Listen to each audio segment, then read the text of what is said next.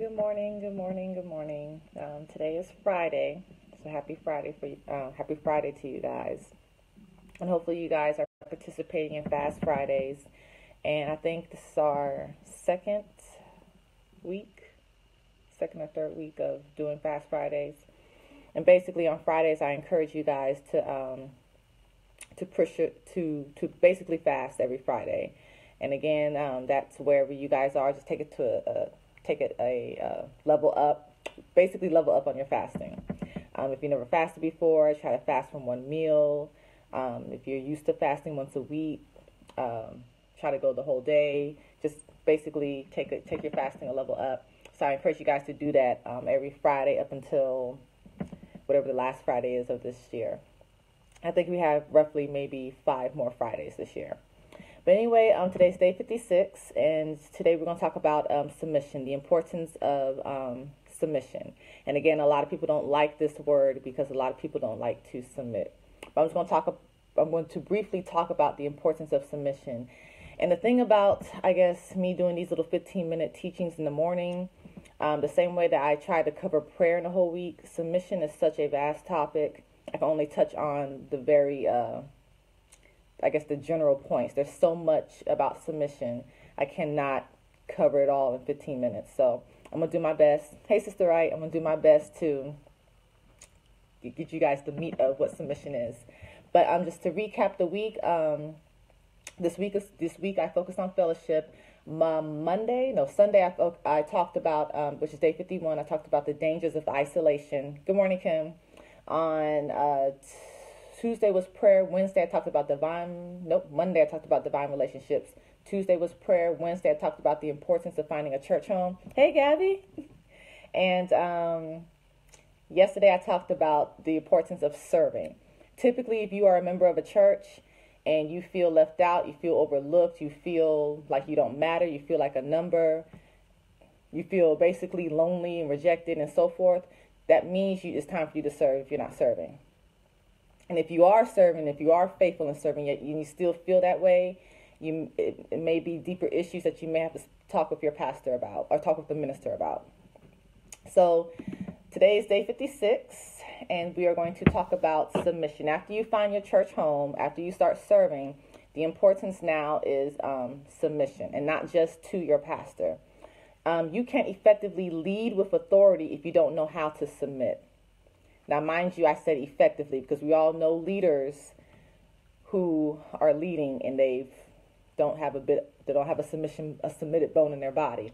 But people who have authority and they don't know how to submit generally make terrible leaders. More than likely, they have no compassion, they have no empathy. They really can't relate to those that are following, to those that are serving, because they suck at it themselves for the most part. But submission is not just being under someone and you being forced to obey everything they say. It's not slavery. It's you humbly obliging for the sake of order, for God's order, to be exact. So what is submission? Submission is to accept or yield to a superior force or to the authority or will of another person, to give in. Now, when I was writing this last night, I had a little bit of trouble writing this lesson because there are a lot of what ifs in submission, So again, I cannot cover submission in 15 minutes, but I'm going to give you guys the bulk of it, the importance of it. Overall, you can't escape the principle of submission. Submission is everywhere, and we do it all the time in our families, with our parents. The prime example of spouses, they submit to each other. Children, like I mentioned, you submit to your parents. And to a certain extent, you submit to your friends. Your job is a primary example of how you submit all day long, whether you do it joyfully or you do it grudgingly. Your job is a prime example of you submitting. So with that in mind, if you can submit to people you don't like at your work, why is it, let me include us. So with that in mind, if we can submit to people we don't like at work, why is it so hard for us to submit to our leaders and fellow brothers and sisters in Christ? For the most part, it's easier to submit on our job versus at church is because we get paid on our job. When we are serving at church, it's for the most part on a volunteer basis. So what do you do when the leader in your group makes you upset? makes a decision for the group you don't think is right, or to be real, you think you can do a better job than them? Or what if they're just plain wrong? Are you just going to quit because you're not getting paid? Are you just going to quit because you're in your feelings? Are you just going to quit because you just don't like the person? No. For one, you have to learn to trust the leaders your pastor has put in place. And even if you question your pastor's judgment and who he chose, but you know God called you to that church, and you know that that is your pastor, you kind of just have to kind of humble yourself and just submit. And I know that's kind of hard, and I don't know if you guys kind of get a feel for me, get a feel for who I am. I'm kind of like I have a suck it up approach, but I'm trying to also be, understanding as well. So just bear with me here. But, and you have to do this for the sake of order. But what if they are just plain wrong? Because, we do have some leaders that we serve up under at church, and they make mistakes. They're human, for one. They're human just like you. But what if they make mistakes? What if they are, in your mind, you deem them not worthy to be your leader, but yet your pastor chose them? Respect your ministry leader enough to pull them to the side in private and humbly, with love, tell them how you feel. And this is in the case, of course, if you know that your ministry leader is making a mistake. If nothing changes, you've done all you can do. Treat this like your job. If you know you're not going to quit because typically we know that if our bosses make us mad, we're not going to quit the next day. We're going to oblige. We're going to submit for the sake of order. Treat this treat serving in church the same way you would treat your job. The same honor, the same respect, the same commitment, the same dedication. Treat it the same way. We should actually be doing better. But I know some of you guys are saying, but serving at my church is not my job. Well, regardless, the principle still exists. The principle still exists no matter the situation, the person, the circumstance, the location. The principle is still the same. Hello. Now, granted, common sense does apply here. Common sense does apply. This is extreme, but if you're being abused in any way, shape, or form, verbally, emotionally, it's kind of like pretty much a no-duh. If it's something you seriously need to report, go up the chain of command. Go to the leader's leader, and if it's not resolved there, go to your leader's leader. Keep going up the chain until it gets resolved. I said all that for the most part because, people are people. Wherever people are, there's going to be disagreements. There's going to be people that are unhappy. There are always going to be people that think that they can do it better. There's always going to be people that rub you the wrong way. And those people could be your ministry leaders. But for the sake of order, for the sake of the church growing, for the sake of the church advancing, for the sake of the group as a whole, because it's not just about you, and especially because your pastor chose them and you trust your pastor and you know that's the church God has called you to be in, you would have to, at times, just suck it up and submit. And again, like I said, if you know that they are in error, humbly pull them to the side and just let them know. Hebrews 13:17.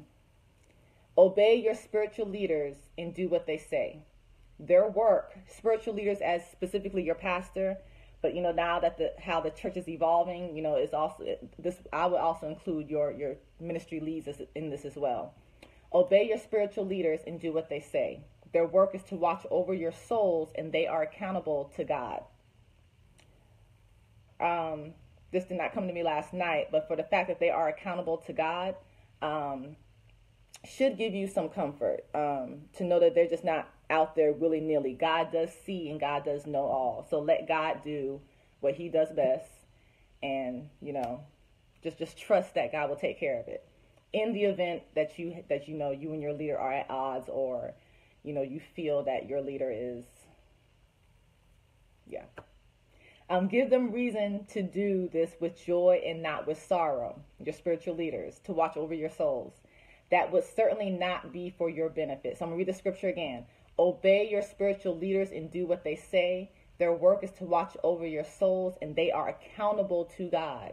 Give them reason to do this with joy and not with sorrow. That would certainly not be for your benefit. Now, If you find that you cannot trust your leader to obey them and do what they say within reason, of course, and I'm not talking cult stuff, within reason, if you don't trust them to watch over your soul, then you may want to question whether or not, if that is your leader, if that is your pastor. But if God has led you to that church and you know it, then quite frankly, you may have an issue with submission. So what will keep a person from submitting? Typically pride. Pride is the number one culprit. And this typically comes in the form as you don't like being told what to do, no matter who tells you. You think you can do it better, and you probably can, and that you should be the leader, but you do it, you think so in a way that's dishonorable, disrespectful, and just plain nasty, to be honest. Fear is also another thing that would keep people from submitting. And typically these are people who fear being controlled. And I'm so going over my time, I'm going to continue. People who fear being controlled. And basically I see these in people who have been abused, literally abused, or they have been taken advantage of. And I've actually seen this and witnessed in two of my old roommates back in college. And they were both in abusive relationships.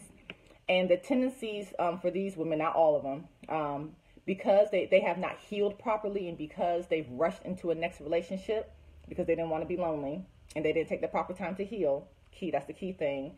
They were prone to date men that they could control and that they could pretty much run over because they didn't want to be controlled. They didn't want to be put back in an abusive relationship. So over time, they develop Jezebelic tendencies. And to me, that was very interesting how that turned out because these were two different women. I think I met another woman that was like this as well. But again, because they didn't take the time to heal and they rushed into new relationships with someone they can control to make sure they don't get controlled ever again, they became Jezebelic. And for those of you who don't know who Jezebel is, you can find her in 1 Kings. And she basically was a queen who was ultra controlling and ultra manipulative. And at times, she acted in the place of king when her husband, her king, did not suspect a thing. And even if he did, he was probably scared of her, to be quite honest. So people who fear being controlled, they typically had a traumatizing event of where they were controlled and where they were abused. And as a result, to make sure that they don't end up in that spot again as a defense mechanism, they will tend to be rebellious and manipulative. So the opposite of submission is rebellion. They have no respect for order, and they typically care less about people. 1 Samuel 15:23 says, rebellion is as sinful as witchcraft, and stubbornness as bad as worshiping idols. So again, there's so much I want to touch on because my mind was just racing last night on stuff to say, but because I have to end this video now, unfortunately, just keep in mind this principle. You reap what you sow. Galatians 6:9, do not be deceived, God is not mocked. Whatsoever a man sows, he will reap. If you sow honor, humility, submission, and order while you are serving, you will reap that when you are leading. On the other hand, if you sow pure hell, Jezebelic tendencies, gossip, slander, division, chaos, pettiness, and so forth while you are serving, guess what you'll be getting when it's your time to lead? And you will get your time to lead. Everybody leads in some way, shape, or form. And this isn't just limited to church. If you sow this in your marriage, you may reap it in your kids. If you sow this on your job, you may reap it at your church. If you sow this in one area, you're going to reap it somewhere else. So it's a principle, and it's going to work no matter what, and whether you believe it or not. So just keep that whole principle in matter when it comes to submission. You reap what you sow. And your time to lead, your time to be in authority will come. So, yeah. God and karma are good friends. So just keep that in mind. So that is it that I have today. I hate that I really couldn't really dive deep into it because submission, again, is a very vast topic. But the heart of it, honor your leaders.